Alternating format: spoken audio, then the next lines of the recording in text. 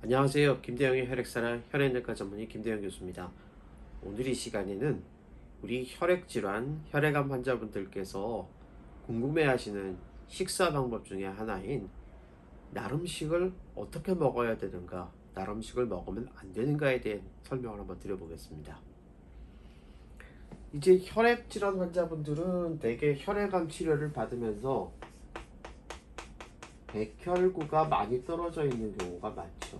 특히 백혈구 중에서 면역과 관련되어 있는 호중구라는 게 많이 떨어져 있습니다. 그래서 이 호중구가 떨어져 있는 상황에서 여러 가지 균이 들어갔을 때 감염이 생기기 쉽고, 이러한 감염 우려 때문에 이제 식사 교육을 받으실 때 되도록 나름식을 먹지 말아라, 뭐든지 익혀 먹어라, 그렇게 이제 교육을 받으시거든요. 또 이 골수이식, 즉 조혈모 세포 이식을 받으시는 환자분의 경우에는 조혈모 세포 이식을 받으면서 면역 억제제라는 약을 쓰고, 이 면역 억제제 또한 우리 몸의 여러 가지 면역을 억제하기 때문에 균뿐만 아니라 여러 가지 기생충이나 곰팡이나 바이러스나 또는 개나 고양이 같은 아주 특수한 감염에서 오는 원충이라는 것들도 있는데, 이런 여러 가지 감염에 대해서 취약한 상태는 맞습니다. 따라서 우리가 음식을 조심해야 되시는 것은 분명히 맞는데, 사실 우리가 약물 치료하시는 분도 그렇고 약물 치료 안 하는데 이제 호중구가 낮은 분도 그렇지만, 우리가 살아가면서 날 음식을 안 먹을 수는 없잖아요. 너무 드시고 싶은 분들이 많거든요. 그래서 이러한 고민들을 하시는 거죠. 도대체 뭐는 먹어도 되고 뭐는 먹으면 안 되는가, 또 나름식을 먹어도 된다면 도대체 어떻게 먹어야 되는가, 이제 이런 고민들을 많이 하시는데, 사실 나름식이 위험하기보다는 음식 안에 들어가 있는 여러 가지 박테리아가 위험하고요. 또 이 박테리아 중에서도 우리 몸에 유익한 박테리아는 상관없습니다. 예를 들면은 가장 많이 궁금해 하시는 것 중에 하나가 우유 먹어도 되느냐, 유산균 음료, 요구르트 먹어도 되느냐, 이거 궁금하시는데, 사실 유산균은 우리 몸에서 유익한 균이거든요. 그래서 이게 몸에 들어간다고 해서 사실 크게 문제가 되지는 않는데, 이제 우유나 유산균을 드시면은 예민한 분들은 설사하시는 경우가 있죠. 특히 항암 치료한 이후에 이러한 장이 헐어서 흡수가 잘 안 되고, 이런 상태에서 이런 우유나 유산균을 먹게 되면 설사를 하는 경우가 있는데, 이제 이런 것들을 막기 위해서 역시 유제품도 섭취를 조심하라고 하시지만, 사실 유산균에 들어가 있는 균은 오히려 유익한 균이기 때문에 큰 문제는 안 됩니다. 오히려 저는 예전에 이런 경험도 해봤습니다. 서울 아산병원에서 근무를 할 때 서울 아산병원에서 항암 치료를 받으시던 환자가 지하 1층 빵집에 가서 빵을 사서 드셨어요. 사실 그 빵은 제가 전 빵입니다. 익힌 음식이에요. 근데 이 빵이라는 게 시간이 지나면은 그 안에서 여러 가지 독성 물질들, 즉 균이 자라면서 독성 물질이 생기게 되는데, 그 중에서 특히 식중독을 일으키는 보툴리눔이라는 그러한 균이 문제가 되고, 불행히도 그 환자분은 이 보툴리눔이라는 균을 섭취를 하면서 이게 전신으로 혈액 안으로 퍼져 있는 상태, 특히 항암 치료 직후 약 일주일 정도, 7일 정도 지난 상태였기 때문에 백혈구가 가장 낮았던 상태에서 이러한 보툴리눔 균이 다량으로 들어가니까 그만 폐혈증이 오셨어요. 균혈증도 오고요. 그래서 이 균이 전신으로 날아가서 특히 뇌에 있는 혈관들을 막게 되면서 그 당시에 환자가 거의 준내사 상태에 빠져버린 아주 불행한 일이 있었습니다. 저는 여기서 아주 극단적인 사례를 말씀드렸지만은, 사실 음식이라는 게 조심하기 시작하면은 한도 끝도 없고, 또 조심하면은 되겠지라고 생각을 해도 우리가 이렇게 예기치 못한 일들이 생길 수가 있고, 또 어떤 음식을 조심해야 된다라는 걸 지키면서 살다 보면은 사실 너무 먹을 게 없어요. 우리가 항암 치료 받으시면서, 약물 치료 받으시면서 음식도 잘 드셔야 건강도 회복하는데, 음식을 전혀 먹지 못하니까 환자분들이 기운이 없어요. 그래서 사실 이런 부분들을 어떻게 하면은 좀 이해하기 쉽게 설명을 해드릴까 항상 고민을 해왔었습니다.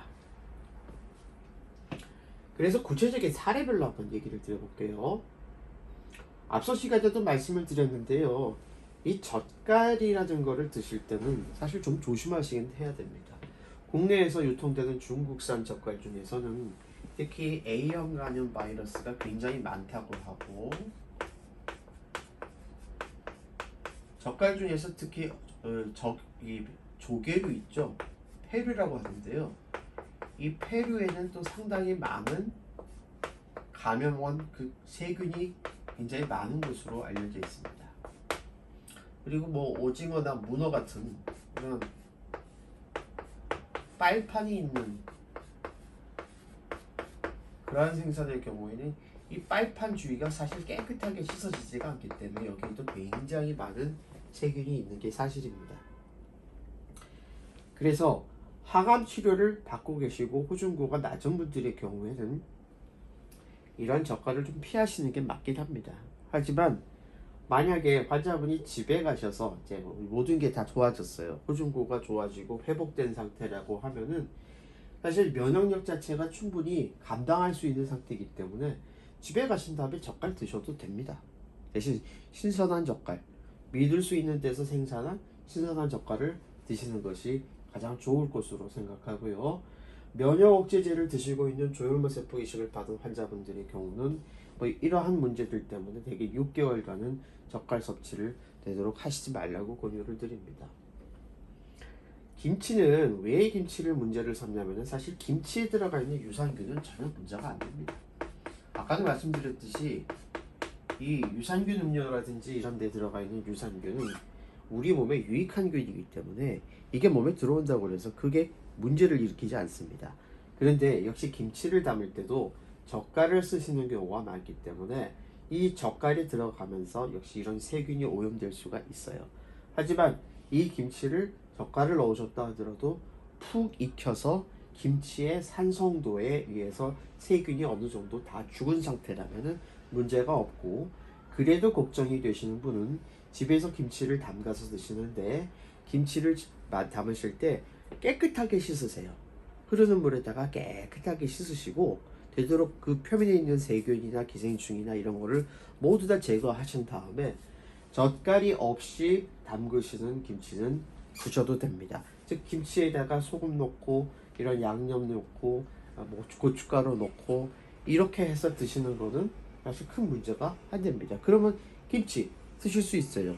김치 드셔야 한국인들은 또 힘도 나고 밥맛도 나죠. 회, 이 회도 참 여러 가지 문제가 되는 식품입니다. 회 드시고 싶어하는 분들 많죠. 그런데 나름씩 먹지 말라니까 생선에 아예 안 드시는 분들 많거든요. 역시 마찬가지로 호중고가 낮지 않은 상태에서 회 드셔도 됩니다. 골수이식, 조혈모세포 이식을 하신 이후에도 사실은 회를 드셔도 상관은 없는데 대신 조건이 있습니다. 만약에 회를 써는 그 도마가 보통은 그 도마의 위생 처리가 안 된 경우가 제일 많아요. 또 회를 써는 칼도 마찬가지인데 이 칼에도 오랫동안 사용하다 보면은 여기에 여러 가지 세균이 붙어서 이러한 세균들이 오염된 상태에서 회를 썰게 되고, 이 회에 이런 세균들이 묻어 있는 상태에서 굉장히 좋은 단백질이니까 세균들이 번식을 합니다. 그러면서 일종의 식중독균 같은 상태가 될 수가 있는 거죠. 그래서 가급적이면은 회를 드시지 말라고는 하지만 정말로 드시고 싶다면은 여러분이 믿을 수 있는 식당에 가셔서 특별히 깨끗이 조리해 달라고 하시고, 살균된 도마, 살균된 이런 칼을 사용을 해서 바로 갓 잡은 싱싱한 생선을 그 자리에서 썰어서 드시면 그건 전혀 문제가 될 게 없습니다. 왜냐하면 생선의 근육 안에는 물론 일부 생선에는 이제 기생충이 있는 경우가 있습니다. 하지만 우리 몸도 그렇듯이 생선 몸 안에 있는 근육에도 전부 생선 살 안에도 이러한 세균이 들어가 있지는 않아요. 따라서 세균이 들어간다면 주로 도마나 칼에서 묻어가지고 옮겨오는 것이기 때문에 이러한 도마나 칼을 깔끔하게 처리를 해서 이걸 바로 썰어서 그 자리에서 드신다면 전혀 문제가 될 게 없습니다. 같은 취지에서 육회도 마찬가지입니다. 보통 쇠고기를 가지고 육회를 하시는데 그날 갓 잡은 쇠고기를 바로 신선한 상태에서 위생적으로 멸균 처리된 도마와 칼을 가지고 썰어서 시간을 지체하지 않고 바로 드신다면 육회 자체에는 그 근육, 즉 소고기 안에 그 균이 없는 상태이기 때문에 역시 드실 수가 있습니다. 그걸 꼭 익히지 않아도 드실 수가 있어요. 물론 이 회나 육회를 아주 지저분한 환경에 있는, 우리가 지저분하다는 건 눈으로 보이는 지저분함이 아니라 실제로 이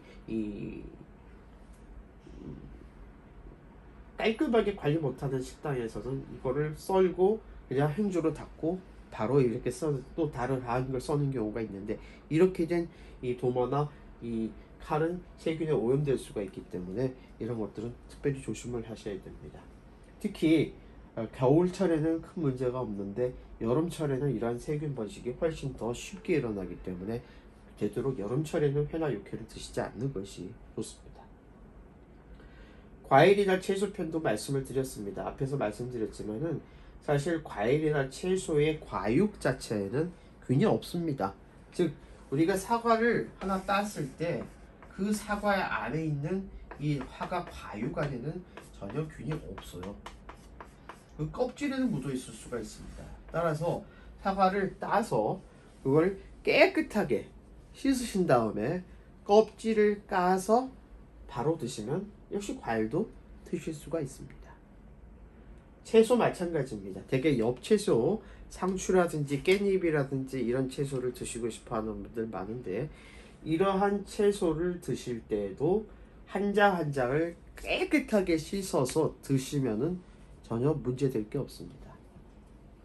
자, 이런 과일 채소에 또 따라가는 거 장이 있죠. 장은 어떻게 할 것이냐? 사실 뭐 된장, 고추장 이런 거에 대해서 구체적으로 어떤 연구가 된 건 없습니다. 하지만 된장, 고추장이 이제 시판되는 된장, 고추장의 경우는 전부 다 이제 멸균 처리해서 위생적으로 나오는 경우가 많습니다. 따라서 시판된 장류를 바로 개봉해서 드시고 남은 것을 보관했다가 드시지 않으면은 역시 장류도 드실 수가 있습니다. 제가 오늘 이 음식편에 대해서 자세히 말씀드리면서 특히 날음식에 대한 것들을 말씀을 드렸는데, 사실 이 날음식 때문에 굉장히 고생하고 괴로워하시는 분들이 많거든요. 하지만 이러한 날음식에 대해서 우리가 정확한 정보를 알고 식사를 하신다면은 여러분들이 괴롭지 않게 잘 드시면서 건강한 삶을 유지하실 수 있을 걸로 생각합니다. 예, 오늘도 혈액질환으로 치료받으신 저희 환우분들과 그 가족들의 건강과 행복을 기원합니다. 감사합니다.